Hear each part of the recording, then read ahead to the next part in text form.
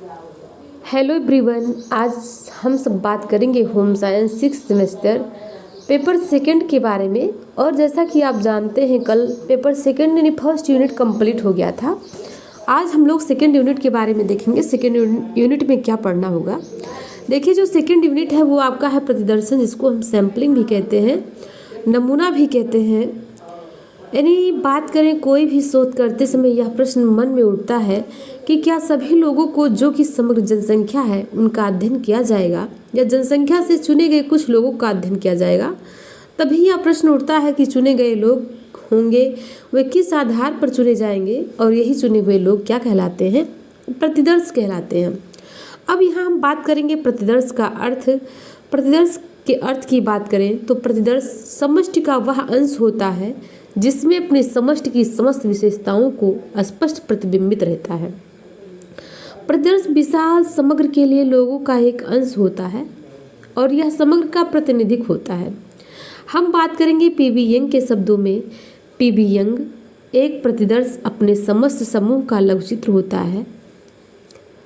Henry मेनहम के अनुसार बात करें तो एक प्रतिदर्शन समग्र जन का वह अंश होता है जिसका अध्ययन समग्र जन के विषय में अनुमान निकालने के लिए किया जाता है।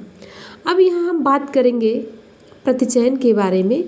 प्रतिचयन की बात करें तो प्रतिचयन एक बड़ी आबादी या समूह से प्रतिनिधि प्रतिदर्श को प्राप्त करने की विधि को प्रतिचयन कहा जाता है। यानी कि एक बड़ी आबादी या कोई समूह से प्रतिनिधि प्रतिदर्श को प्राप्त करने की विधि को प्रतिचयन कहा जाता है।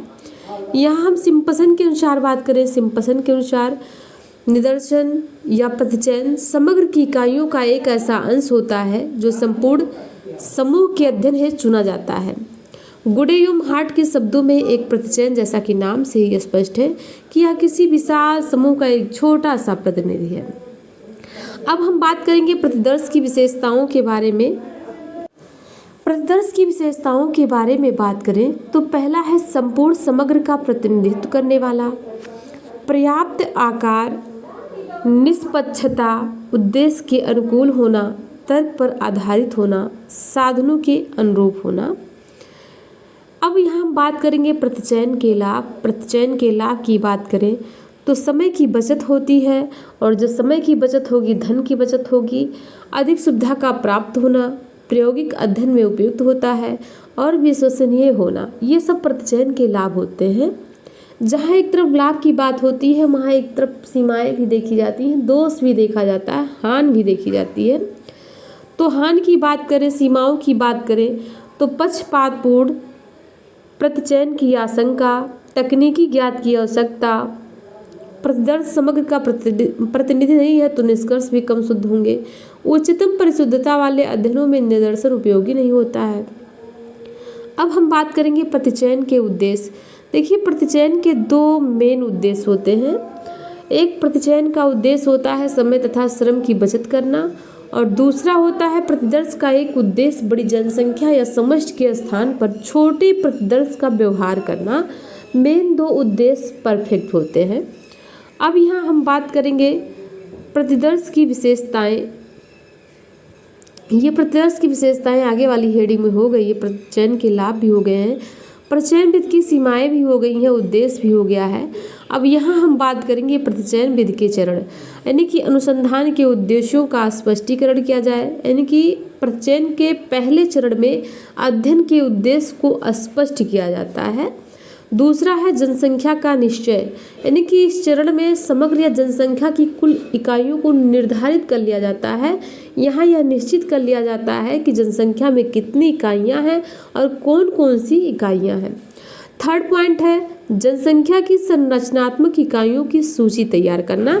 इस चरण के अंतर्गत संपूर्ण जनसंख्या या समग्र की विभिन्न इकाइयों की सूची तैयार की जाती है। अगला है प्रतिचयन, प्रविधि का चयन किया जाता है। फिर अनुसंधानकर्ता जो होता है, रिसर्चकर्ता जो होता है, यह निर्णय लेता है कि वह किस प्रतिचयन प्रविधि उपयोग करेगा। फिर अगला जो पॉइंट है प्रतिदर्श आकार का निर्धारण। प्रतिदर्श आकार का जो निर्धारण होता है, चुनाव निम्न बातों पर किया जाता है, जैसे जनसंख्या का समग्र स्वरूप कैसा है, अनुसंधान का स्वरूप कैसा है, अनुसंधान का उद्देश्य कैसा है, साधन की उपलब्धता कैसी है, परीक्षण उपकरणों की उपलब्धि कैसी है, इकाइयों का भौगोलिक वितरण कैसा है, और प्रतिचयन प्रविधि का स्वरूप कैसा है, अनुसंधान का प्रकार कैसा है। अब यहाँ हम बात करेंगे प्रतिचयन विधि का वैज्ञानिक आधार। वैज्ञानिक आधार की बात करें तो इन्होंने दो ही दिया था वैज्ञानिक आधार। एक सांख्यिकीय निरंतरता का नियम, जिसे हम क्या कहते हैं, LSR। फिर दूसरा है व्यापक संख्याओं की स्थिरता का नियम। दो ही वैज्ञानिक विधि का आधार दिया गया था। पहला है सांख्यिकीय निरंतरता का नियम, दूसरा है व्यापक संख्याओं की स्थिरता का नियम। एक निरंतरता का नियम दिया गया था और एक स्थिरता का नियम दिया गया था। अब यहाँ हम बात करेंगे प्रतिचयन विधि के आकार, यानी किसी अनुसंधान हेतु प्रतिदर्श चयन की प्रक्रिया को प्रतिचयन कहा जाता है। और प्रतिचयन की बात करें, यानी सैंपलिंग की बात करें, नमूना की बात करें, तो ये दो प्रकार के होते हैं। एक आपका होगा असंभाव्य प्रतिचयन और दूसरा है संभाव्य प्रतिचयन। असंभाव्य प्रतिचयन आकस्मिक प्रतिचयन, उद्देश्यपूर्ण प्रतिचयन, कोटा प्रतिचयन और सुविधानुसार प्रतिचयन, स्वेच्छानुसार प्रतिचयन। यहाँ हम संभाव्य की बात करें तो इसके भी तीन प्रकार के होते हैं, यादृच्छिक प्रतिचयन, आश्रित या वर्गबद्ध प्रतिचयन, गुच्छा या क्लस्टर प्रतिचयन। इसके बारे में भी हम डिटेल बात करेंगे। अब यहाँ हम बात करेंगे असंभाव्य प्रतिचयन के बारे में। असंभाव्य प्रतिचयन का अर्थ उस प्रतिचयन से है जिसमें इकाइयों का समूह संभाव्यता सिद्धांत के आधार पर नहीं किया जाता है। और इसके लाभ, असंभाव्य प्रतिचयन के लाभ की बात करें तो ये सहज व सरल होता है, अस्पष्ट जनसंख्या के लिए लाभदायक होता है, यानी जहाँ जब जनसंख्या का स्वरूप स्पष्ट न हो तो ऐसी स्थिति में संभाव्य प्रतिचयन की अपेक्षता असंभाव्य प्रतिचयन का उपयोग करके अधिक अनुकूल तथा उपयुक्त होता है। फिर पायलट अध्ययन के लिए लाभप्रद होता है, कम खर्चीला होता है, समय की बचत भी होती है। ठीक है, ये असंभाव्य प्रतिचयन के लाभ थे। अब यहाँ हम बात करेंगे असंभाव्य प्रतिचयन की सीमाएं। अभी मैंने पहले ही बताया था, चाहे जो अनुसंधान हो, चाहे जो स्तर हो, चाहे जिसमें हो, चाहे वर्ग हो, चाहे गुच्छा हो, चाहे जो प्रतिदर्श हो, प्रतिचयन हो, सब में लाभ और हानि दोनों दिखता है। अब यहाँ हम असंभाव्य प्रतिचयन की सीमाओं की बात करें तो यादृच्छिकरण का अभाव होता है, आंशिक प्रतिनिधित्व होता है, पक्षपात की संभावना बनी रहती है, और फिर निम्न विश्वसनीयता होता है, प्रतिचयन अशुद्धियों के आकलन की कठिनाई होती है। अब यहाँ हम बात करेंगे असंभाव्य प्रतिचयन के प्रकार। तो असंभाव्य प्रतिचयन भी 5 प्रकार के होते हैं। एक आपका है उद्देश्यपूर्ण प्रतिचयन, फिर आपका है आकस्मिक प्रतिचयन, कोटा प्रतिचयन, सुविधानुसार प्रतिचयन और स्वेच्छा अनुसार प्रतिचयन। बात करें उद्देश्यपूर्ण प्रतिचयन तो इसके भी कुछ गुण और लाभ होते हैं, जैसा कि यहाँ देखिए उद्देश्यपूर्ण प्रतिचयन। उद्देश्यपूर्ण प्रतिचयन की बात करें तो जोहदा के अनुसार हम बात कर लेते हैं। उद्देश्यपूर्ण प्रतिचयन की मान्यता यह है कि उचित निर्णय तथा उपयुक्त कुशलता के साथ व्यक्ति प्रतिचयन में सम्मिलित करने हेतु उन मामलों को चुन सकता है तथा ऐसे प्रतिचयन का विकास कर सकता है जो उसकी आवश्यकता के अनुसार संतोषजनक हो। उद्देश्यपूर्ण प्रतिचयन के गुण क्या होते हैं? लचीलेपन का गुण पाया जाता है, इसमें उद्देश्यपूर्ण प्रतिचयन में सरलता का गुण पाया जाता है। उद्देश्य प्रतिचयन में विशेष अनुभव परीक्षण की आवश्यकता नहीं होती है। उद्देश्यपूर्ण प्रतिदर्श का निर्माण करते समय अनुसंधानकर्ता को कोई प्रतिबंध मीन्स होता है दबाव, कोई दबाव नहीं रहता है, वह स्वतंत्र रूप से चयन करता है। अब उद्देश्यपूर्ण प्रतिचयन की सीमाओं की बात करें तो प्रतिनिधित्व का अभाव होता है, इकाई के सहयोग का अभाव होता है, पक्षपातपूर्ण प्रतिदर्श होता है, प्रतिचयन में अशुद्धियाँ होती हैं। दूसरा है आकस्मिक प्रतिचयन। आकस्मिक प्रतिचयन का अर्थ होता है जिसमें जनसंख्या की उन इकाइयों की सहायता से प्रतिदर्श का निर्माण किया जाता है जो अनुसंधानकर्ता को आसानी से उपलब्ध हो जाती है। इसके अंतर्गत पहले से ना तो कोई योजना बनाई जाती है और ना ही कोई निर्णय लिया जाता है। जनसंख्या का जो भाग आसानी से उपलब्ध हो जाती है, इसके अंतर्गत पहले से ना तो कोई योजना बनाई जाती है और ना कोई निर्णय लिया जाता है। ये प्रतिदर्श उसी के आधार पर बना लिया जाता है। आकस्मिक प्रतिचयन के गुण की बात करें तो आकस्मिक प्रतिचयन के कई सारे गुण होते हैं। समय श्रम की बचत होती है, सरल तथा सहज होता है, ठीक है, कम खर्चीला होता है, धन का व्यय बहुत कम होता है, समजातीय जनसंख्या के लिए अधिक उपयुक्त होता है। ठीक है, अब यहाँ हम बात करेंगे आकस्मिक प्रतिचयन के दोष या सीमाओं के बारे में। यह जो आकस्मिक प्रतिचयन होता है, यह प्रतिदर्श अपनी जनसंख्या का सही प्रतिदिन नहीं होता है। आकस्मिक प्रतिचयन में संभाव्यता सिद्धांत का गौड़ होता है, यह अवैज्ञानिक होता है। फिर क्या है, पक्षपात होने की संभावना अधिक बनी रहती है और विश्वसनीयता का भारी अभाव पाया जाता है। अगला जो है कोटा प्रतिचयन की बात करेंगे। कोटा या अंश प्रतिचयन असंभाव्य प्रतिचयन का एक प्रकार है। इस प्रतिचयन में जनसंख्या का समग्र रूप कई कोटा या समूहों में विभाजित किया जाता है और प्रत्येक समूह या कोटा में कुछ इकाइयों को लेकर के प्रतिदर्श का निर्माण किया जाता है। कोटा प्रतिचयन के लाभ की बात करें तो इसमें पक्षपात की अधिक संभावना नहीं बनी रहती है, समय और श्रम की बचत होती है, समय और श्रम के साथ साथ मुद्रा की भी बचत होती है। ये कोटा प्रतिचयन उद्देश्य अनुसार प्रतिदर्श की अपेक्षा अधिक उपयुक्त होता है। ये जनमत के मापन के संबंध में अधिक देखा जाता है। अब हम बात करेंगे कोटा प्रतिचयन के दोष। ये अपने जनसंख्या का सही प्रतिनिधित्व नहीं होता है। इनके आस्तरीकरण के लिए जनसंख्या के सभी इकाइयों को प्रतिदर्श होने के समान अवसर नहीं मिलते हैं। पक्षपातों का गहरा प्रभाव पड़ता है।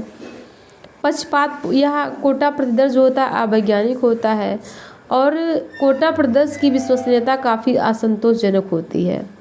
अब आगे बात करेंगे सुविधा अनुसार प्रतिचयन, यानी कि इस प्रतिचयन पद्धति में अनुसंधानकर्ता अध्ययन इकाइयों का चयन अपने सुविधा अनुसार करता है। यानी कि इसमें प्रतिचयन में अनुसंधानकर्ता केवल उन्हीं इकाइयों का चयन करता है जो उनके अध्ययन में सुविधा प्रदान कर सकती हैं। अगला है स्वेच्छानुसार प्रतिचयन। इसमें भी अपने स्वेच्छा अनुसार करता है जो जिसका जहाँ मन किया, जिस समस्या पर विभिन्न समस्याओं पर उन्होंने विचार किया तो उसको समाधान उन्होंने किया स्वेच्छानुसार प्रतिचयन में।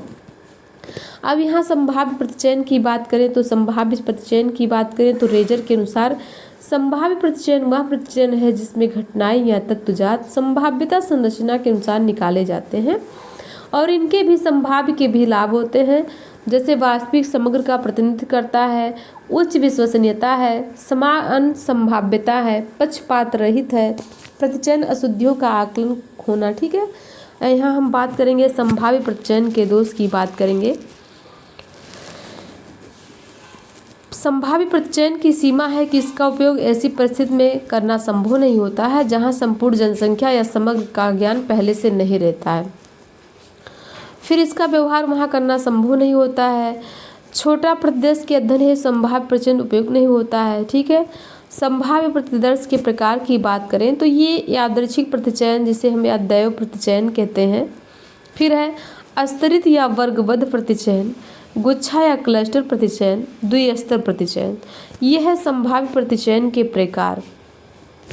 देखिए, यादृच्छिक प्रतिचयन की बात करें तो कर्लिंगर के शब्दों में यादृच्छिक प्रतिचयन वह विधि है जिसके द्वारा जनसंख्या का समष्टि की प्रत्येक इकाई के चयन किए जाने का समान संयोग बना रहता है। और यादृच्छिक प्रतिदर्श वह प्रतिदर्श है जिसका निर्माण ऐसे किया जाता है कि प्रत्येक इकाई को प्रतिदर्श में शामिल होने की समान संभावना बनी रहती है। आगे बात करेंगे यादृच्छिक प्रतिदर्श चयन की प्रविधियाँ, जैसे आपका है लॉटरी विधि, अनुक्रमिक सूची विधि, यादृच्छिक संख्या तालिका विधि और अगला है ग्रिड विधि। यादृच्छिक प्रतिदर्श के लाभ की बात करें, जनसंख्या की सभी इकाइयों के चयन की समान संभावना, यादृच्छिक प्रतिचयन जनसंख्या का वैध प्रतिनिधित्व, समजातीय जनसंख्या के लिए उपयुक्त, पक्षपात से मुक्त, प्रतिचयन अशुद्धियों का मापन, संभाव्यता संरचना का ज्ञान होना, उच्च विश्वसनीयता, उच्च वैधता। अब यहाँ यादृच्छिक प्रतिदर्श के जो प्रतिचयन है उनके दोष भी होते हैं। ये विषम जातीय जनसंख्या के लिए अनुपयुक्त होता है, विस्तृत जनसंख्या के लिए अनुपयुक्त होता है, पक्षपात का प्रभाव होता है, इकाइयों का अतिचर स्वरूप होता है। दूसरा है अस्तरित या वर्गवत प्रतिचयन। अस्तरित की बात करें तो यह संभाव्य प्रतिचयन का प्रकार है जिसमें संपूर्ण जनसंख्या या समग्र का कुछ विशेष मापदंडों के आधार पर कई समजातीय समूहों अथवा स्तरों में विभाजित कर दिया जाता है, उसी को स्तरित या वर्गबद्ध प्रतिचयन कहा जाता है। अब इसके कुछ गुण होंगे, क्या है? जनसंख्या का सही प्रतिनिधित्व करता है, विस्तृत जनसंख्या के लिए उपयुक्त होता है, विषम जातीय जनसंख्या के लिए उपयुक्त होता है, अत्यधिक परिशुद्धता की बात करता है, बहुत जो छोटी जनसंख्या के लिए उपयुक्त होता है। ठीक है। अब यहाँ अस्तरित या वर्गबद्ध प्रतिचयन के दोष भी होते हैं, जैसे ये जनसंख्या की इकाइयों को निर्धारित करने के कठिनाई होते हैं, जनसंख्या इकाइयों व प्रतिदर्श इकाइयों में अनुपात की कठिनाई होती है, अस्थिरीकरण की कठिनाई होती है, समय, श्रम तथा मुद्रा का व्यय लगता है, यानी कि समय भी ज़्यादा लगता है और समय के साथ साथ श्रम भी लगता है और मुद्रा भी ज़्यादा लगता है। फिर व्यक्तिगत पक्षपात के प्रभाव की संभावना बनी रहती है। गुच्छा या क्लस्टर प्रतिचयन, जैसे कि नाम से ही स्पष्ट है कि ये भी एक संभाव्य प्रतिचयन का प्रकार है। गुच्छा प्रतिचयन वह प्रतिचयन है जिसमें संपूर्ण जनसंख्या को कुछ विशेष मापदंडों दृष्टिकोण से यादृच्छिक प्रतिचयन है, और इसमें संपूर्ण जनसंख्या के कुछ विशेष मानदंडों के दृष्टिकोण से यादृच्छिक प्रतिचयन प्रविधि के आधार पर कई समूहों में विभाजित कर लिया जाता है। इसके भी कई गुण होते हैं, जैसे अधिक बड़ी जनसंख्या के लिए उपयुक्त होता है, समय तथा श्रम की बचत होती है, अधिक विस्तृत जनसंख्या के लिए उपयुक्त होता है, अधिक शुद्धता होता है। इसके भी दोष भी होते हैं, जहाँ एक तरफ दोष की लाभ भी होता है वहीं एक तरफ दोष भी होते हैं, जैसे गुच्छा के निर्माण में कठिनाई, आंशिक प्रतिनिधित्व, पक्षपातों का प्रभाव, प्रतिचयन अशुद्धियों की अधिक संभावना। फिर है प्रतिचयन की समस्याएं व उनका उपाय। प्रतिचयन की समस्याओं की बात करें तो आकार की समस्या, पक्षपातपूर्ण प्रतिदर्श की समस्या, दोषपूर्ण वर्गीकरण की समस्या, विश्वसनीयता परीक्षण की समस्या, समग्र से तुलना की समस्या। इसके सिवाय कुछ बातें और हैं, जैसे अध्ययन या अनुसंधान की प्रकृति के आधार पर प्रतिदर्श का आकार निर्धारित करना होता है, समग्र की प्रकृति के आधार पर प्रतिदर्श निर्धारित करता है। यदि समग्र में विविधता है तो प्रतिदर्श का आकार बड़ा करना चाहिए। यदि अनुसंधानकर्ता ने जो रिसर्च करता है कि पास समय व धन सामग्री पर्याप्त है तो बड़े प्रतिदर्श का चुनाव किया जा सकता है। यदि अनुसंधान में प्रत्येक के घर जाकर अनुसूची तैयार करनी है तो छोटा प्रतिदर्श उपयुक्त रहेगा, और यदि डाक द्वारा ही प्रश्नावलियाँ भेजनी है तो बड़ा प्रतिदर्श भी उपयुक्त होगा। तो ये रहा आपका सेकेंड यूनिट। यानी सेकेंड यूनिट में आप लोगों को क्या देखना था? प्रतिचयन और प्रतिदर्श। फिर प्रतिचयन के जो प्रकार थे, संभाव्य था, असंभाव्य था। असंभाव्य कौन कौन से थे? आकस्मिक प्रतिचयन, उद्देश्यपूर्ण प्रतिचयन, कोटा प्रतिचयन, सुविधानुसार प्रतिचयन, स्वेच्छानुसार प्रतिचयन। और संभाव्य की बात करें तो यादृच्छिक प्रतिचयन था, या अस्तरित या वर्गबद्ध प्रतिचयन था, गुच्छा जिसको हम क्लस्टर प्रतिचयन कहते हैं। आई होप आप सभी को समझ में आया होगा। अगली वीडियो पाने के लिए आप अभी तक बने रहें।